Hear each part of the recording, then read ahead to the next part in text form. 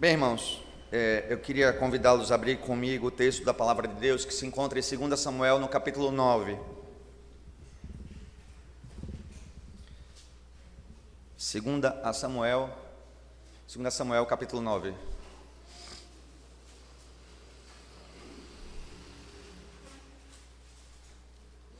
partir do versículo 1, lemos, irmãos, diz assim a Palavra de Deus.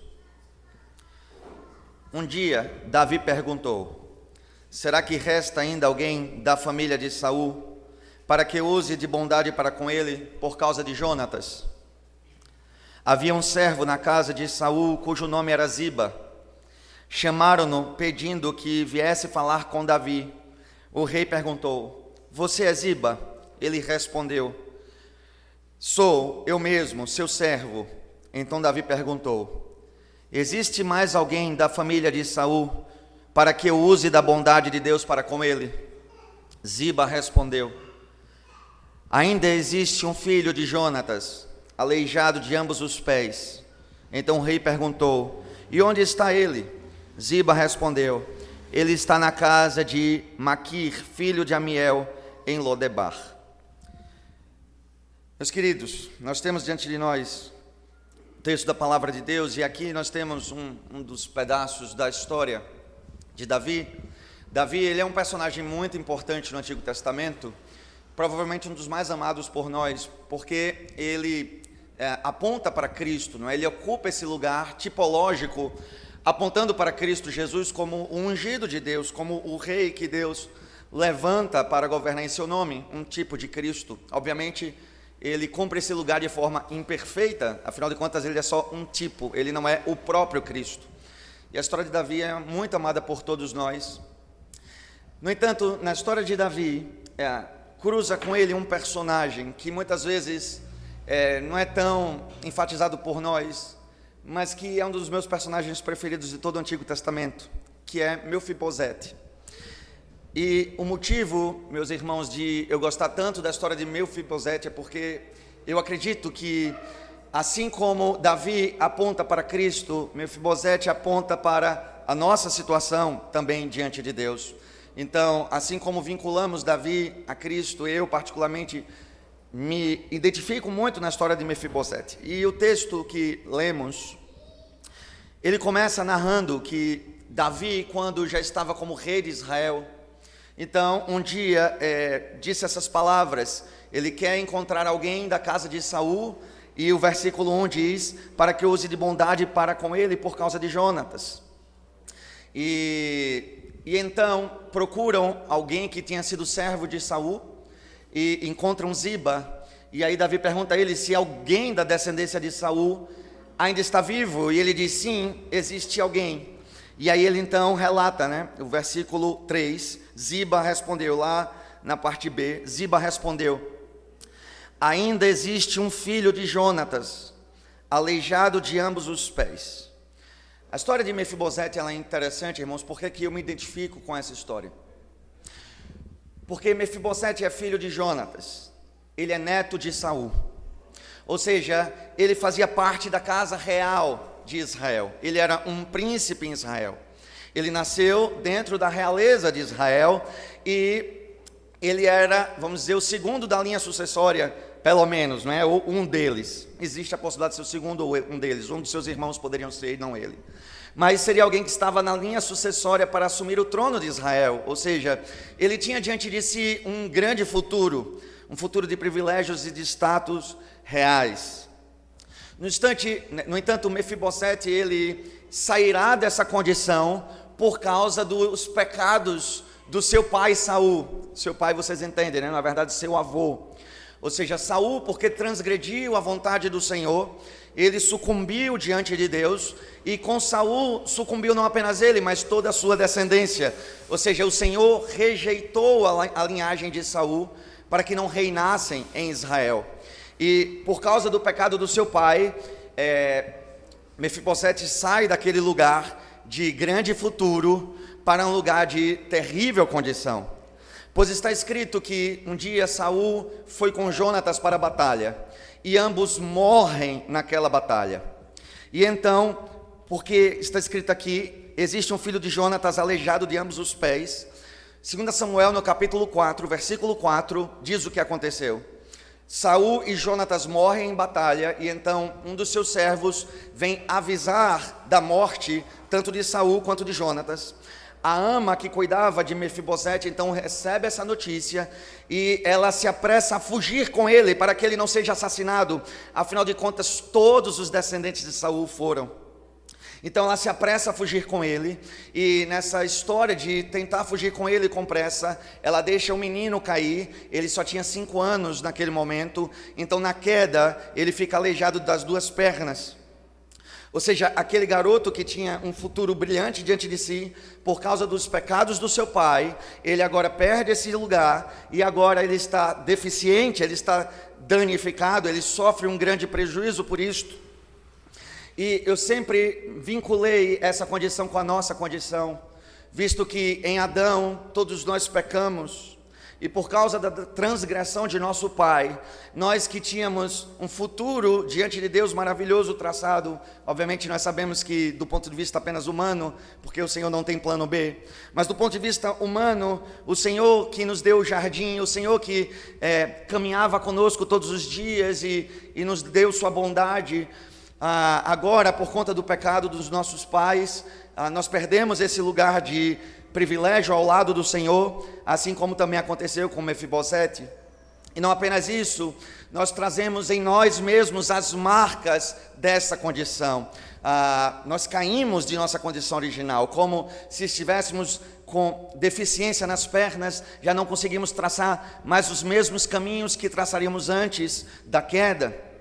E não apenas isso, irmãos, visto que seus pais morreram, seu avô e o seu pai morreram, toda a sua família morreu, e agora ele está aleijado.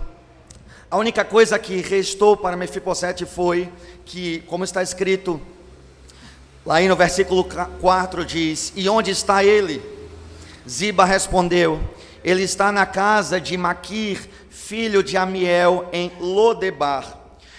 Ele não apenas perdeu seu lugar real, ele não apenas traz em seu corpo as marcas dessa condição, mas diz a palavra que ele foi levado fugitivo para uma cidade de Gileade chamada Lodebar. E Lodebar, meus irmãos, literalmente significa coisa de nada, lugar nenhum, trazendo a referência de lugar de esquecimento. Lodebar é um lugar sem esperança. Então aquele que tinha um futuro grandioso diante de si, trazendo agora as marcas do pecado de sua família, ele é levado para o lugar onde não há esperança, ele é levado para o lugar de esquecimento, o lugar que não é lugar nenhum. E é exatamente esta nossa posição por conta dos nossos pecados. Não apenas perdemos a nossa posição do lado do Rei, do lado do Senhor, não apenas perdemos o futuro que poderíamos viver, não apenas trazemos em nós mesmos as marcas dessa transgressão, mas acabamos estando em um lugar de uma vida sem esperança, uma vida de lugar nenhum, uma vida de esquecimento, porque longe do Senhor para nós já não havia nada a ser vivido, apenas dor e sofrimento constante pela nossa condição. E essa é a história dele. No entanto, meus irmãos, diz a palavra de Deus, que quando Davi decidiu chamar um descendente de Saul, ele disse lá no versículo 1 o motivo. O motivo foi para que eu use de bondade para com ele por causa de Jonatas.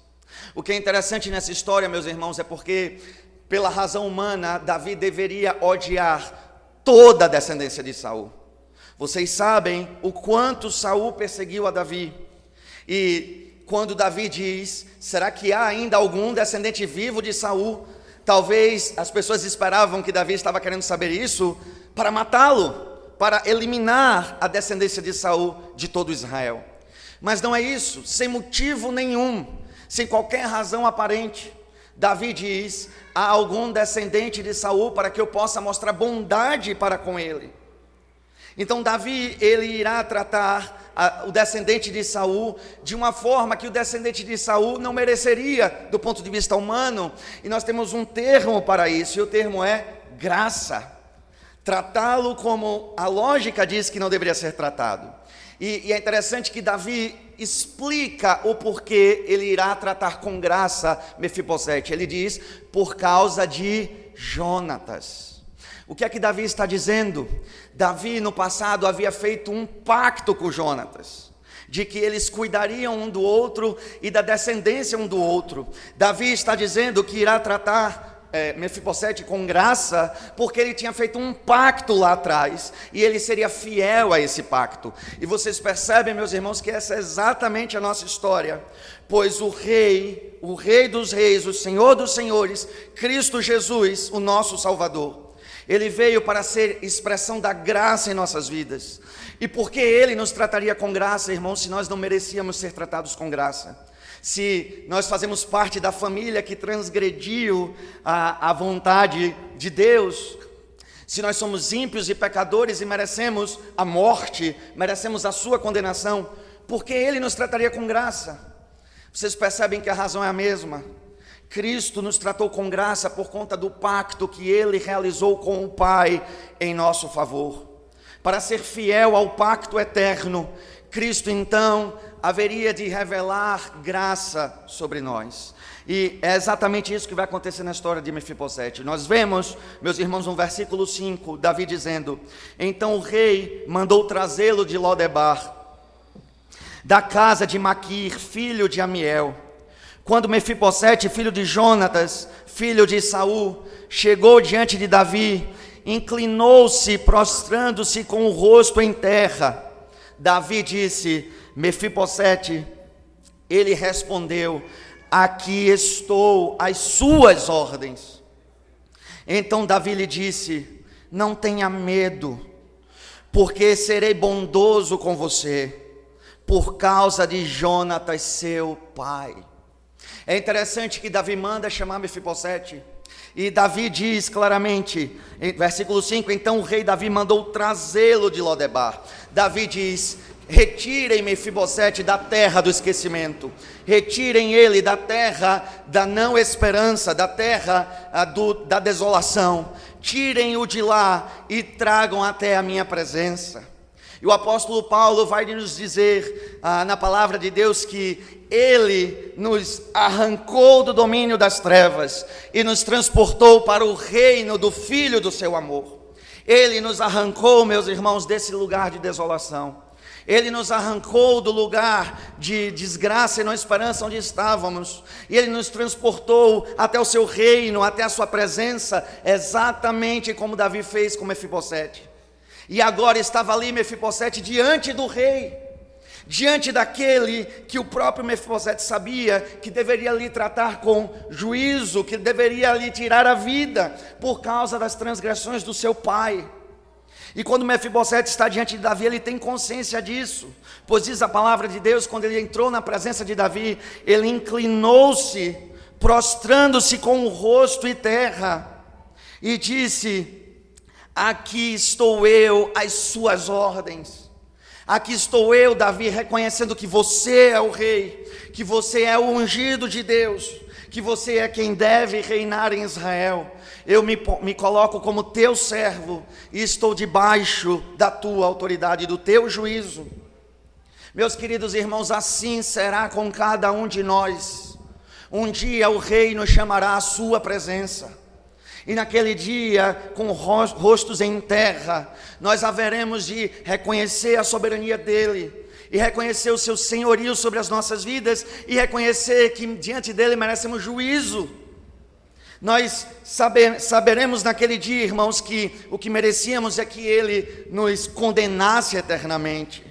Aqui estamos nós, Senhor, e sabemos que merecemos o teu juízo, a tua condenação.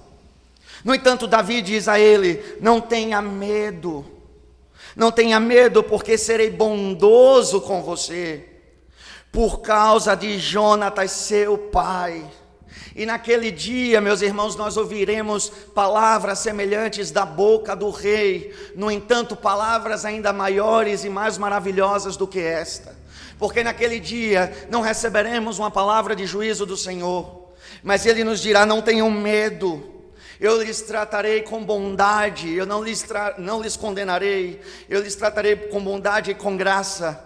E nós diremos: por que, Senhor, haveria de nos tratar com bondade e com graça? E Ele dirá: por causa do pacto que fiz com meu Pai, porque Ele amou vocês antes da fundação do mundo. O rei nos tratará com graça, meus irmãos. E não apenas isso, Davi disse a Mefibosete: vou restituir a você todas as terras de Saul, seu pai, e você sentará sempre à minha mesa. Davi não apenas trouxe Mefibosete à sua presença, mas disse: você estará agora em uma nova posição. Você não estará mais como um esquecido, um indulgente, alguém sem futuro. Não, lhe devolverei tudo que era de Saul, e você sempre estará à minha mesa. Meus irmãos, o versículo 8, Mefibosete diz: então Mefibosete se inclinou e disse: quem é este seu servo, para que o meu senhor tenha olhado para um cão morto como eu? Ora, Davi, quem sou eu para que se compadeças de mim? Quem sou eu para que você me chame à sua mesa? Eu sou um cão morto, eu não sou digno de estar à sua mesa. Percebe, meus irmãos, que quando ele recebeu as boas novas da parte do rei, quando ele recebeu a boa notícia de que o rei lhe restauraria um futuro e lhe daria uma nova posição, e ele viveria não apenas na corte do rei, mas ele viveria na mesa do rei, como alguém que é da família do rei. Mefibosete ouviu essa boa notícia e disse: eu sou um miserável, eu sou um pecador terrível, eu não mereço essa posição. Por que, Davi, haverias de fazer isso se eu não mereço isso? Por que tratarias com bondade alguém que é um cão morto como eu? Por que farias isto? E, meus irmãos, inevitavelmente esta é a verdade que o Evangelho provoca no coração de cada um de nós. E precisamos lembrar disso. O Senhor nos tem chamado ao ministério, o Senhor nos tem chamado para servi-lo, mas algo que não pode fugir do nosso coração é que nós estávamos na terra da desolação, e Ele mandou nos buscar, Ele nos retirou daquele lugar, e na sua presença disse: vocês agora sentarão à minha mesa. E nós precisamos lembrar sempre dessa perspectiva: quem somos nós, Senhor, para estar à tua mesa? Quem somos nós para te servir, para sermos teus servos, em um lugar tão privilegiado como estar contigo? Percebam, meus irmãos, que o Evangelho produz uma autoconsciência de miséria, de não merecimento, e de que apenas a graça está sendo nos oferecida. Assim foi conosco, irmãos, por isso estamos aqui. Nós fomos chamados à mesa do rei e sabíamos que não merecíamos. E o que o Senhor nos ajude, que não esqueçamos disso jamais. Que nunca achemos que estamos à mesa do rei porque merecemos estar na mesa do rei, porque temos muitas virtudes em nós e por isso o rei nos chamou para servi-lo. Não é assim. Nós somos miseráveis, irmãos. Nós não tínhamos futuro nenhum. Ele nos chamou porque sua graça nos alcançou. E sempre devemos olhar para o serviço do rei e a presença do rei nesses termos: quem sou eu, Senhor? Um cão morto, alguém que não merece, mas tu me chamaste à tua mesa. E é interessante, meus irmãos, que esta ideia de chamar à mesa vai ser repetida várias vezes nesse texto, porque lá no versículo 10, Davi dá a ordem a Ziba: você, os seus filhos e os seus servos cultivarão a terra para ele e recolherão os frutos, para que a casa de seu senhor tenha o que comer. Porém, Mefibosete, neto de seu senhor, sentará sempre à minha mesa para comer, disse o rei, ele estará à minha mesa. Lá na frente, Ziba responde, versículo 11, Ziba disse ao rei: farei tudo o que o rei meu senhor ordena a este seu servo. E aí então o escritor de Samuel diz: e assim Mefibosete passou a fazer as refeições à mesa de Davi, como um dos seus filhos. Ele não foi apenas, irmãos, convidado à mesa, mas a partir daquele momento Mefibosete foi tratado como filho do rei. Ele não é filho por nascimento, ele não é filho por merecimento, mas o rei o adotou como seu filho por amor ao pacto que tinha no passado. E nós fomos chamados para sermos filhos do rei, para estarmos à mesa do rei. Essa não é a nossa condição natural, mas é algo que ele nos deu por sua graça, por amor ao pacto. E ser chamado à mesa do Senhor, meus irmãos, é muito significativo para nós, porque hoje, constantemente estamos indo à mesa do Senhor, o sacramento, como lembrança da bondade dele para as nossas vidas. E isso simplesmente aponta para o momento em que seremos de fato chamados à mesa do Senhor, para estar com Ele para sempre como seus filhos. E sabe o que é interessante, meus irmãos? Esse amor de Davi para com Mefibosete brotou nele um extremo amor pelo rei. Vocês conhecem a história, mais tarde Ziba vai enganar Mefibosete, ele, como é deficiente, Davi foge por causa de Absalão, e então Ziba vai atrás de Davi para levar mantimentos e mente. Mefibosete ficou lá esperando assumir o reino de Israel, ele mente. Quando Davi retorna a Israel, meus irmãos, é o que está escrito em 2 Samuel capítulo 19, versículo 24. Em 2 Samuel capítulo 19, versículo 24, nós temos o seguinte: quando Davi retorna, está escrito: também Mefibosete, neto de Saul, desceu a encontrar-se com o rei. Ele não tinha tratado dos pés, nem aparado a barba, nem lavado as roupas, desde o dia em que o rei tinha saído até o dia em que voltou em paz. O rei já não estava mais presente ali em Jerusalém, e Mefibosete não tinha a presença física do rei. E o que foi que Mefibosete fez? Ele foi viver sua vida e esqueceu do rei? De forma nenhuma. Ele levou em si as marcas do sofrimento do rei. Ora, o rei não está aqui, e eu demonstrarei a todos que eu estou sofrendo, esperando o dia em que o rei há de voltar, sofrendo em nome do rei. E a forma como ele fez isso foi não aparando as barbas, não se banhando, não cuidando de si mesmo como sinal da sua expectativa pelo retorno do rei. E nós somos chamados, irmãos, a levarmos em nós as marcas da expectativa do retorno do nosso rei que virá. E as marcas que nós levamos não é física no sentido de não nos lavarmos, mas sofrer em nome dele. Sofrer dizendo que nós sofremos porque aguardamos o dia em que ele retornará para estar conosco para sempre.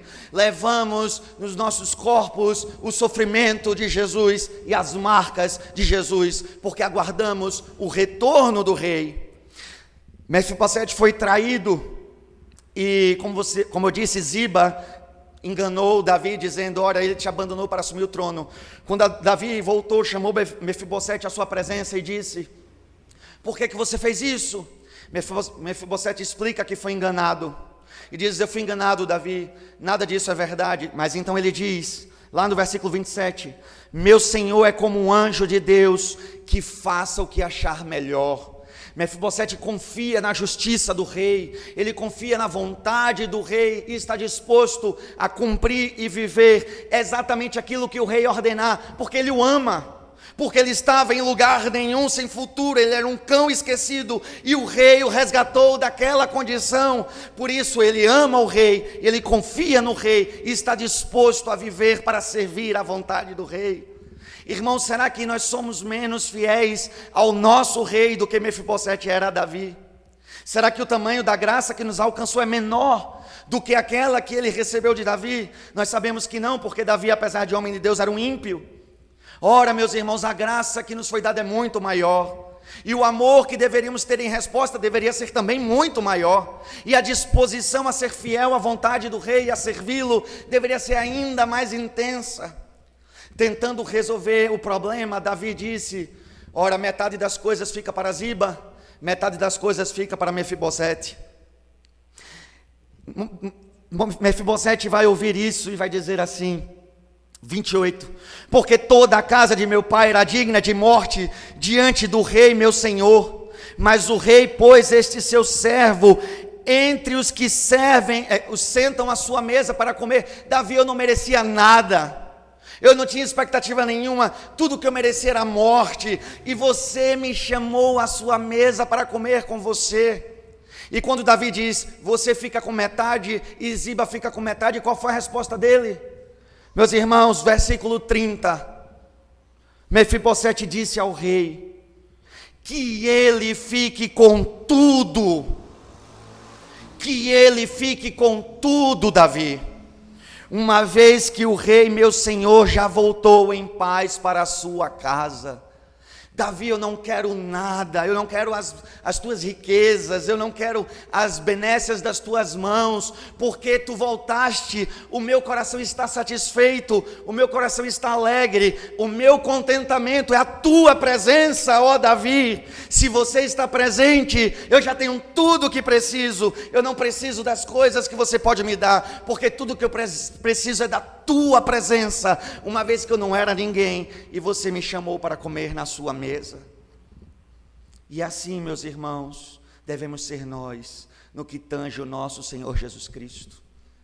Quantos estão no ministério para gozar daquilo que o Senhor poderia lhe proporcionar, lhe dar, esperando as riquezas das mãos do rei? Mas nós devemos ser aqueles a dizer: Senhor Jesus, toda a minha família, toda a humanidade merecia o teu juízo e a tua condenação. Eu estava no lugar da não esperança, e o Senhor me chamou para sentar na sua mesa. Tudo o que eu preciso é a tua presença. Se eu tenho a tua presença comigo, eu já não preciso de coisa nenhuma, porque a tua presença é suficiente. Tu és a minha herança, tu és o meu tesouro, e estar contigo é a maior alegria do nosso coração. Porque estávamos mortos e tu nos deste vida, tu, Senhor, nos chamou à sua mesa. Meus irmãos, que Deus, por sua graça, nos dê esse tamanho amor por aquele que nos resgatou, por aquele que nos salvou, quando para nós não havia esperança. E que tudo que o nosso coração deseje verdadeiramente seja Cristo, a presença de Cristo, o serviço a Cristo, porque Cristo é o nosso tesouro, porque Ele é a nossa herança, porque Cristo é tudo o que precisamos. E se temos a Cristo, meus irmãos, nós temos tudo. Por mais que tudo nos falte ao redor, por mais que o sofrimento bata a nossa porta e a tribulação seja a nossa cama, se nós temos a Cristo, nós temos tudo. A presença de Cristo, meus irmãos, deve ser aquilo que mais desejamos e que mais amamos. Que o Senhor conceda este coração a nós, e que até que o nosso Rei volte para nos estabelecer de fato a sua mesa, e que possamos estar com Ele para sempre, que venhamos a trazer agora as marcas daqueles que amam o Rei e que aguardam o seu retorno e que estão nesta terra para servi-lo. Esse é o nosso chamado. Vamos orar? Bendito Deus, louvado seja o teu santo nome, Senhor. Nesta manhã, em rosto em terra, nos apresentamos diante do teu trono de graça, e juntos dizemos: quem somos nós, Senhor? Quem somos nós para que o Senhor nos chame à sua mesa, o Senhor nos chame para te servir? Senhor, nós somos piores do que cães mortos e imundos. Em nossa própria condição, meu Pai, nós somos indignos da tua presença. Nós somos indignos de estar à tua mesa. E somos indignos, ó Deus, de te servir.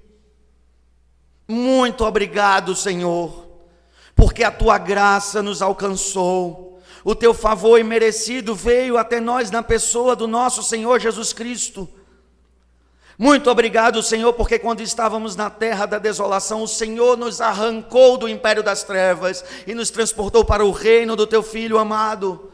Não por qualquer coisa de boa que o Senhor viu em nós, Pai, mas única e exclusivamente por tua graça, nós te bendizemos. Pai bendito seja o pacto da nossa redenção. Este pacto bendito e bondoso que fez com que o nosso Senhor Jesus Cristo viesse em favor de nós. Bendito seja o teu nome. E Senhor, nós estamos ansiosos para estar contigo. A tua volta, Senhor, é o desejo do nosso coração. Viver contigo para sempre é, ó Deus, o nosso grande desejo. E até lá, Senhor, faz com que estejamos prontos para levar em nossos corpos as marcas daqueles que estão prontos para sofrer em Teu favor. Ó Deus, que o mundo todo saiba que não estamos nesse mundo para gozar de benefícios desse mundo ou dos prazeres desse mundo, mas estamos nesse mundo para Te servir, mesmo que isso nos custe sofrimento, porque estamos aguardando a Tua volta. E por fim, Senhor, eu Te peço, visto que nos amaste com tão grande amor que não merecíamos, e o Senhor nos deu, Senhor, que o Senhor produza em nosso coração um grande amor por Ti. Ó Senhor Jesus, tudo o que precisamos é a Ti e a Tua presença. O Senhor é a nossa herança. Ter a Ti, ó Senhor Jesus, é tudo o que anelamos. E ó Senhor, muito obrigado por todas as bênçãos que Tua graciosa mão nos dá. O Senhor é rico em nos abençoar. Mas nós não estamos aqui para Te servir, Senhor, buscando as bênçãos das Tuas mãos. Nós estávamos mortos, o Senhor nos deu vida e esperança. A Tua presença é tudo o que precisamos, Senhor. Nós Te amamos ao ponto, Senhor, que já não podemos viver com outro objetivo que não seja Te servir e demonstrar esse amor por aquele que nos resgatou. E que esta seja a verdade, Senhor, do nosso ministério, todos os dias, até estarmos na Tua presença. Que Tua graça e a Tua misericórdia, Senhor, nos permita isso e nos conceda isso. É a nossa oração, em nome de Jesus. Amém. Queridos, que bendito e louvado seja aquele que nos chamou à sua mesa, quando já não tínhamos esperança. Ele é tudo o que precisamos e tudo o que temos, irmãos. Louvado seja o nome do Senhor.